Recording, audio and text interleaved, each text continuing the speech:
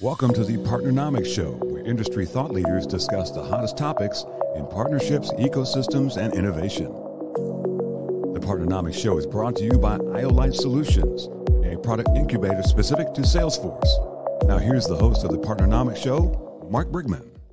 Welcome back to another episode of the Partnernomics Show. Great to be with you, and I'm getting to chat with my good buddy, Rebholz again. Rob, what's going on, man?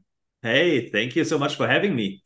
Rob, you're like one of 4 people in this world that whenever I jump on Zoom, man, I just see that big smile. Man, it just puts me in a great mood. It doesn't matter if my dog just got ran over, man. As soon as I see that big smile, I'm ready to take on the world with you. I am glad. If you ever see me sad, then we're in trouble. Well, Rob is the co-founder and CEO of Superglue. And man, Rob and I had a chat. I think the first time we met was probably 1.5 years ago or so. And well, I won't forget that the first time we met, because you guys were wearing those jerseys, the orange jerseys at Catalyst Miami. That was amazing. Yeah, the bright. Taught me a lesson about field marketing. We just want to make sure that nobody missed us. Yeah. They just about glow in the dark. Yeah, that was awesome. That was amazing. That's like guerrilla marketing, right? That's what you want to do. Take over a conference. Yeah, whenever you're a small company, man, you gotta get innovative. Gotta get a little creative out there. It was awesome. Yeah, we had socks. I felt really, really, really bad about our socks with you guys in the jerseys. It was awesome. Needed to have shorts on or something. It's a little easier to see the socks. Yeah, I know. But Rob's the co-founder and CEO of Superglue, man, an awesome company, and I've really come to enjoy what they're doing as I've learned more about what they're doing, but definitely fitting a big need in the market. Communications, man, it cannot be overlooked. But Rob, if you wouldn't mind, I'd love for you to just take a minute or so and tell folks a little bit more about what you do in Superglue. Yeah, I'll keep it short. But ultimately, what we do is we help partner teams identify and engage the people in their ecosystem that can help them source and close deals. So Superglue is a tool that basically connects to different data sources and alerts, partner teams in real time in Slack who to engage, proposes workflows, and then within a couple of clicks you can trigger these workflows to drive partner activation, to scale co-selling, and ultimately, drive more revenue. Rob, I'm going to go ahead and jump in here, and we're going to hit you with the first question, and that is, what are the greatest challenges that companies face when trying to drive predictable revenue through partnerships or through co-selling? We always hear about this predictable, repeatable revenue, but man, Exactly. It's always hard to do, isn't it? It is, but I think, if we can't prove that we drive predictable revenue as partner organizations, then we're in deep trouble, because we're never going to get a seat at the table in the C-suite, because every other department has proven that they can. Not always sustainably, we've seen all kinds of challenges, but if you ask me,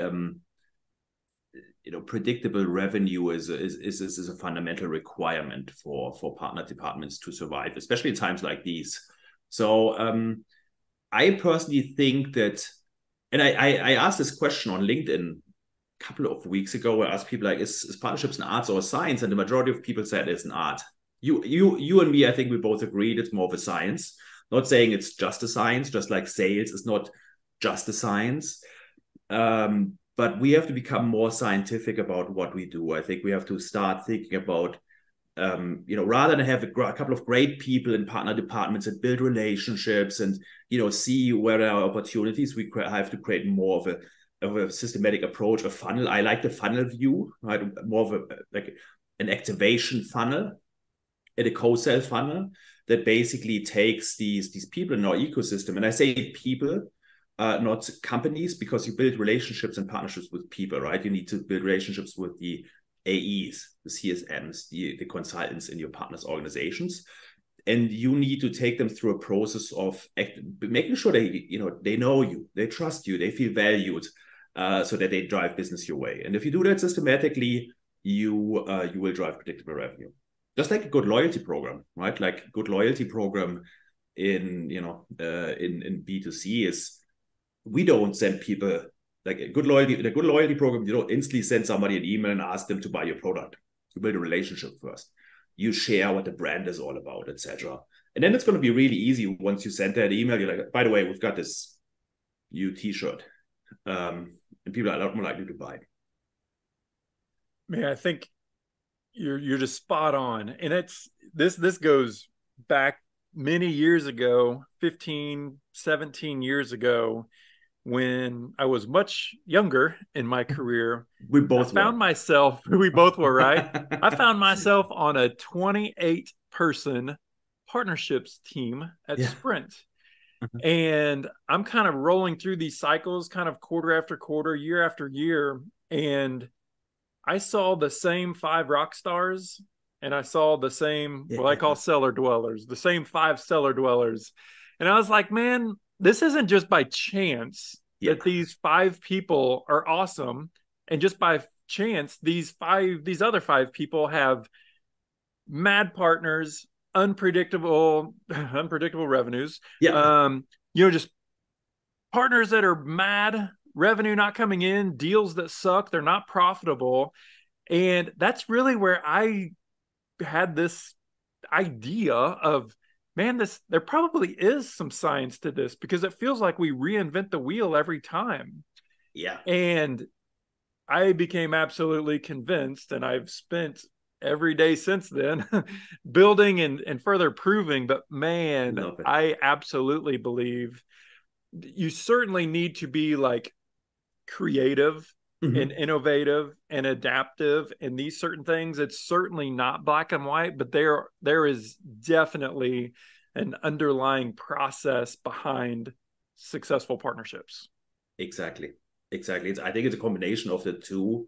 But yeah, just being a nice person, etc. That certainly helps. I've seen people that are just so great with people, just like in sales. You see these sales people like all over the place, but they're so good with people that they still see some success. But that's not the organization you want to build, right? Like you just hire these absolute amazing rock stars. That works maybe in the early days of a program, but I think this is all about scale, right? And that's where that gets tricky. So I totally agree with you. Same here. And I constantly see, even myself, when we do stuff at Superglue, like even our sales approach, right? Oh no, we've gotten too, messy, etc., not systematic. We ignore the facts. And I think by building better processes, I think there's a long way to go. The problem in partnerships is we lack a lot of these blueprints, right? If you're in sales or marketing, you know exactly what you have to do when you come into a new role.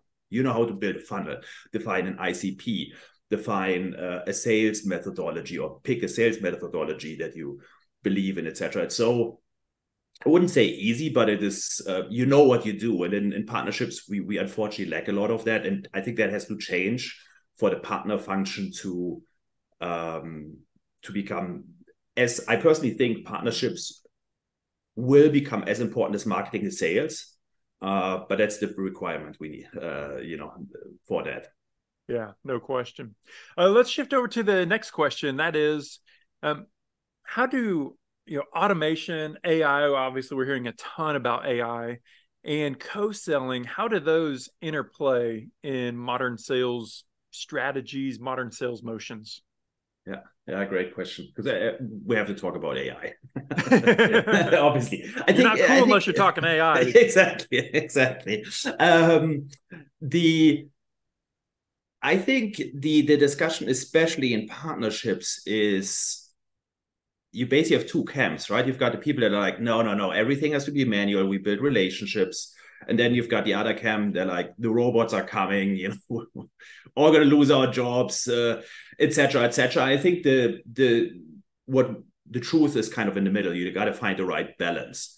So I think what we have to figure out is how automation and AI can enhance what we do on a daily basis. If you look at partner department, before we started Superglue, I did a lot of customer research, and I talked to a lot of partner managers, and I try to map out what they do on a daily basis.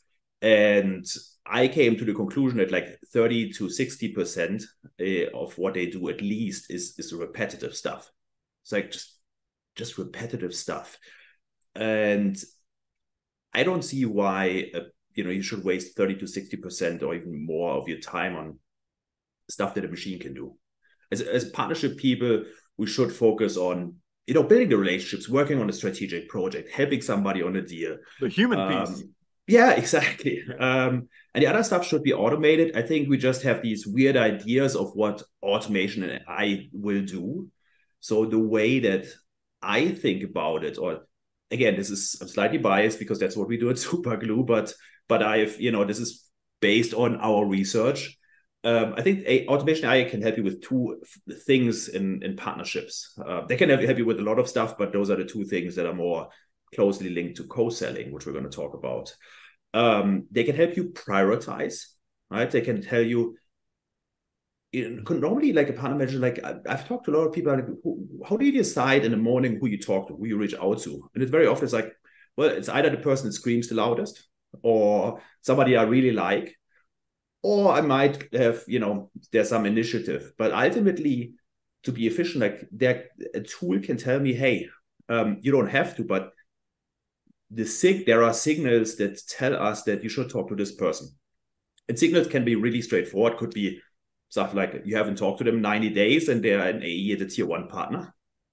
Or it could be more sophisticated stuff like sentiment, right? Like the last emails we've been sending, the frequency has gone down or the tone has changed, etc. So that's more sophisticated stuff for the prioritization part.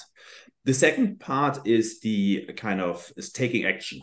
So if, there are a lot of interactions where, why do I need to draft an email? Why can't a tool look at previous interactions? Because it's the same email that you've sent out 100 times before in the last 2 months. Yeah. Exactly. Like, a tool can be like, this is the email, and you can customize it, right? It doesn't have to send it, and it shouldn't, but it can be like, this email should send this person. And it's, you can adjust some stuff, etc. The email, obviously, AI can help us with personalization. And then obviously we can check, like, did the person reply or did they do what we want them to do? Let's say we told them that they need to get a certification or log into the portal or, whatever. The tool can then check if they did take action, if they did what we want them to do, and if they didn't, remind us or send a follow-up.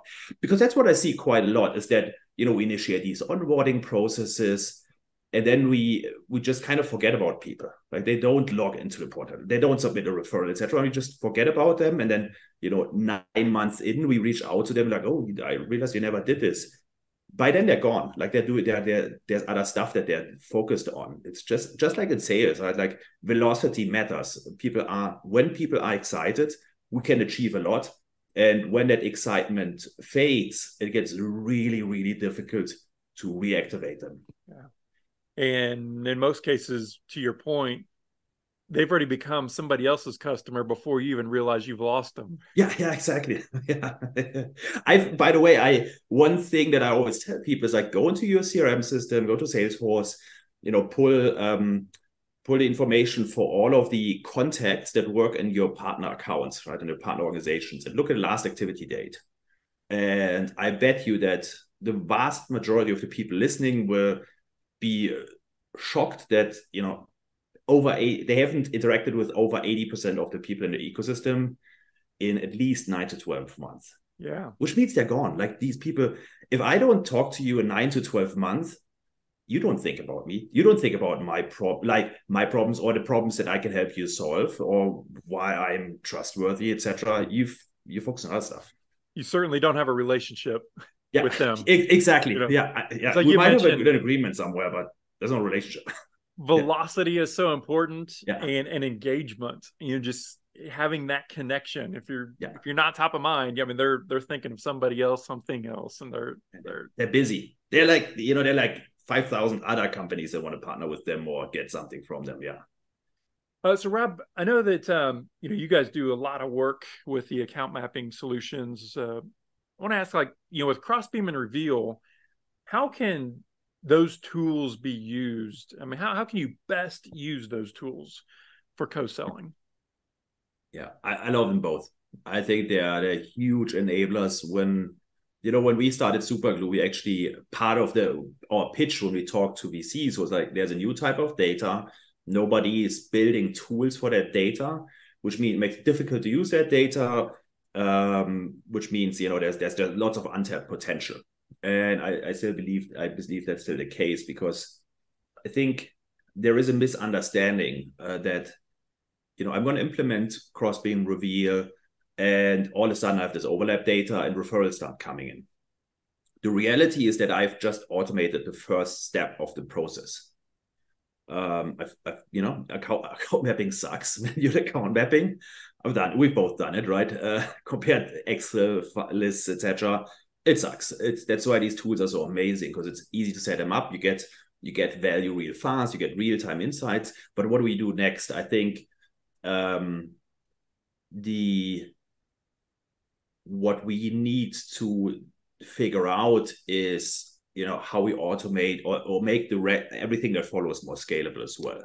Yeah. I mean, there are amazing tools, but I guess what I've come to learn is it's maybe 10% of the answer, or 10% of the success equation.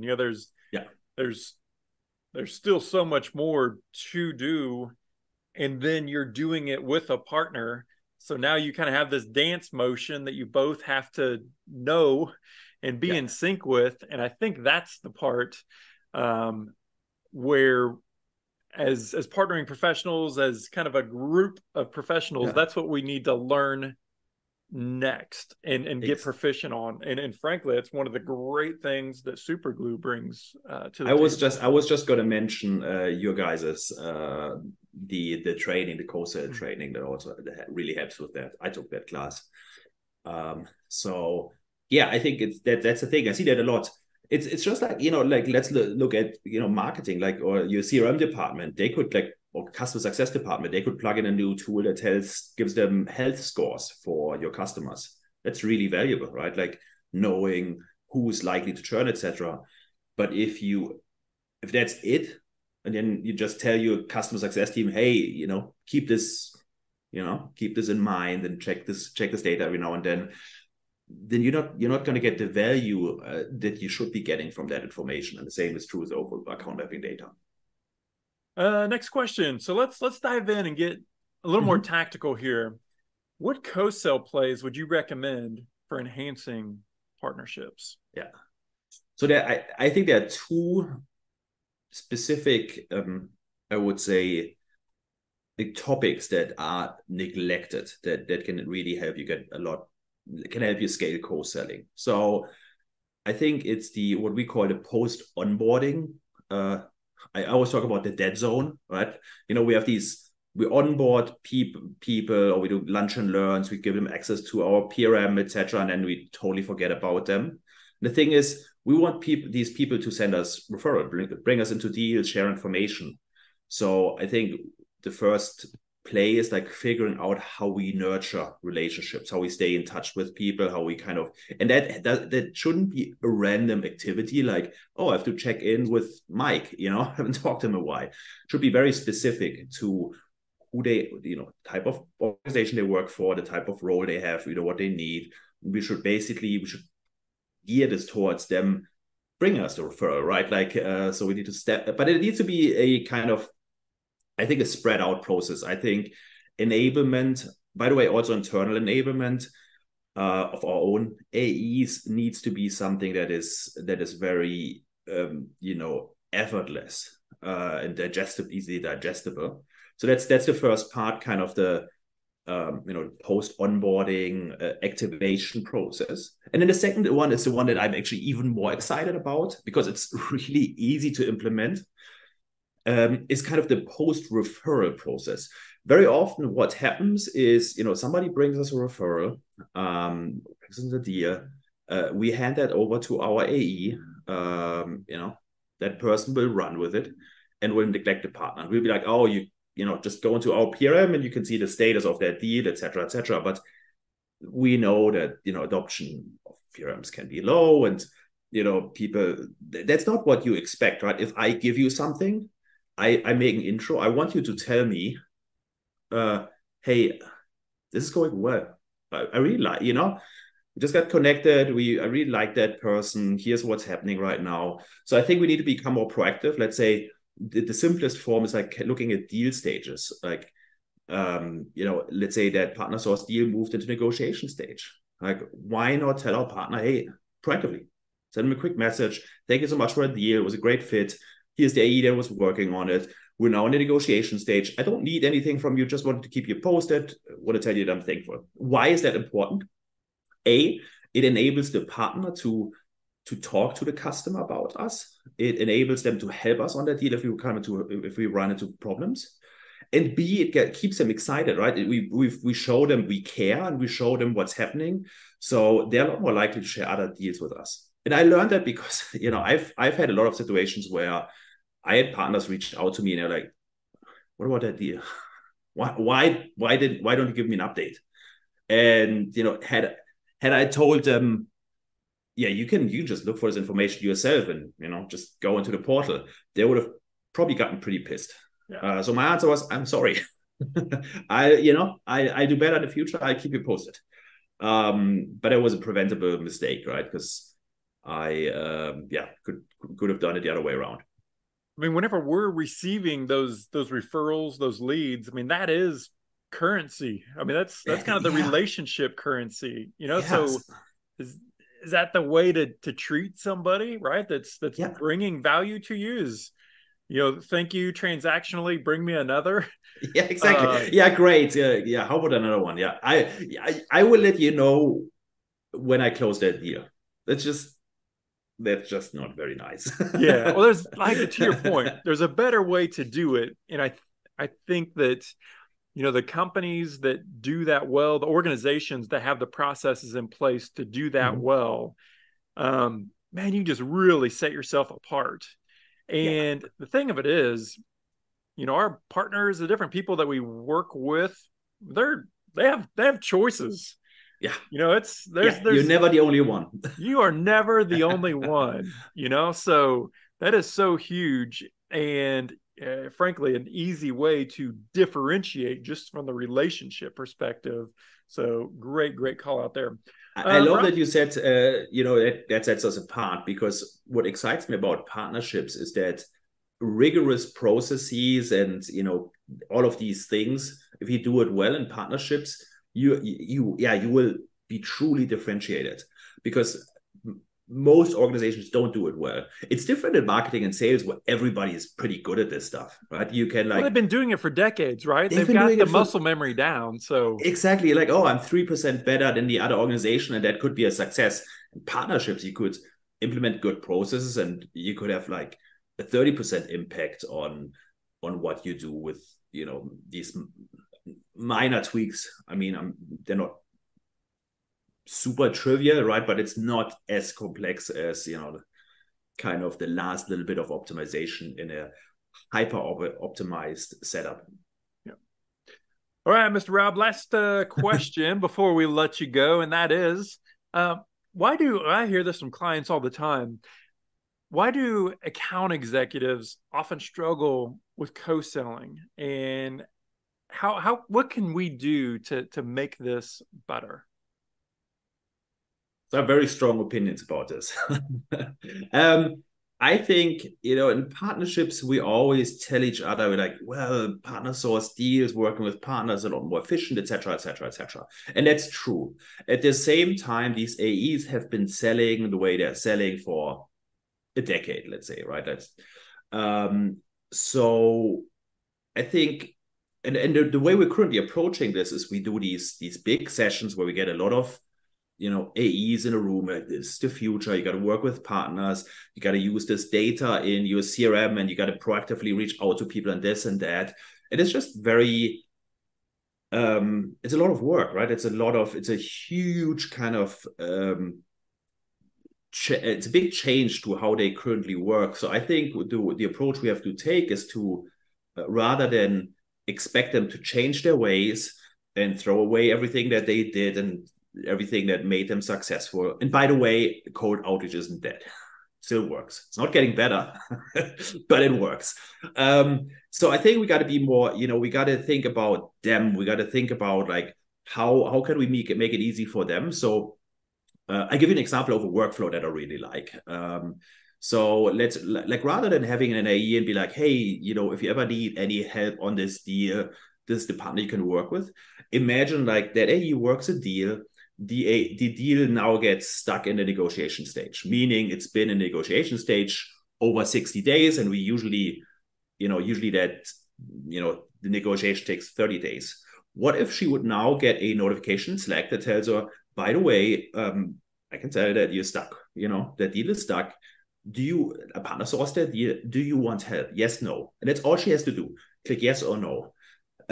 So we do two things. If we do that, we engage her in real time when the partner actually adds value, and we make the kind of adding value really easy. So she clicks yes, and she automatically gets connected to the partner via the partner manager, via email, with short message with some context. Hey, here's our AE. She's working that deal. Might need some help, information, whatever. And that's it. And we might even do follow-ups, etc. But that really changes the game, because now we didn't create effort for her. We drove impact. If that works, she is going to go back and she's going to tell her colleagues, and going forward, she might actually reach out to partners herself. And I think that's how it works. That's how you train or how you change behavior, by proving value, right? Or just creatures of habit, and if we're trained and we've done something a certain way, we're just used to using internal resources, internal process, and then that kind of gets dumped on its head. Exactly. If we're leveraging these external relationships, typically different systems, different process, different people, and we're asking a lot. And AEs, they use like 17 tools, like this tool, that, like I think they're so overwhelmed with the challenges they face in their job, right? Like the economy, everything. Just there's so much stuff going on for them that it's really hard. It's really hard to adjust. What I've learned is that, theoretically, you would be like, oh, if somebody is struggling to do something, they will just find a new approach. But the reality is, if you're struggling to, for example, close deals, you're so overwhelmed, you're so stressed that you lack the ability very often to just go out, be like, oh, I'm going to find a new way to do things. I'm going to change everything. I'm going to experiment. I'm going to optimize. I'm going to automate, etc., etc. That's just not what I've seen in the past. Totally. I've seen the same thing. People do what they know, they do what they're comfortable with. And if I see a mountain to climb to the right, but I kind of can go to something I understand and I've done 1,000 times, I'm going to go left. I'm going to go to that comfort zone of what I know. And it's typically not working those more challenging deals or something that's stuck, because they don't necessarily know how to, get it unstuck. So they're going to go with what they know. Yeah, exactly. Yeah. Rob, it has been so awesome to reconnect with you, man. You've energized me for the rest of the afternoon, man. So I appreciate that. Thank you so much. It was a pleasure. I was waiting for you to invite me to chat on this show. Well, hey, I hope I get a jersey. Give everybody else for the next conference. Yes, we will definitely do that. I was going to say I gave all of the easy questions to everyone else. I need to have the rock star status. Need to have Rob come in and answer those hard questions. But thank you, buddy. I appreciate it. Have a great day. Thank you. Thanks for joining us for this week's episode of the PARTNERNOMICS Show. Don't forget to subscribe to get the newest episodes at thepartnernomicsshow.com. Special thanks to our sponsors, Iolite. To learn more about Iolite, visit iolitepro.com. And Partnernomics, the science of partnering. To learn more about the suite of Partnernomics courses, coaching programs, and consulting services, visit partnernomics.com. See you on the next episode.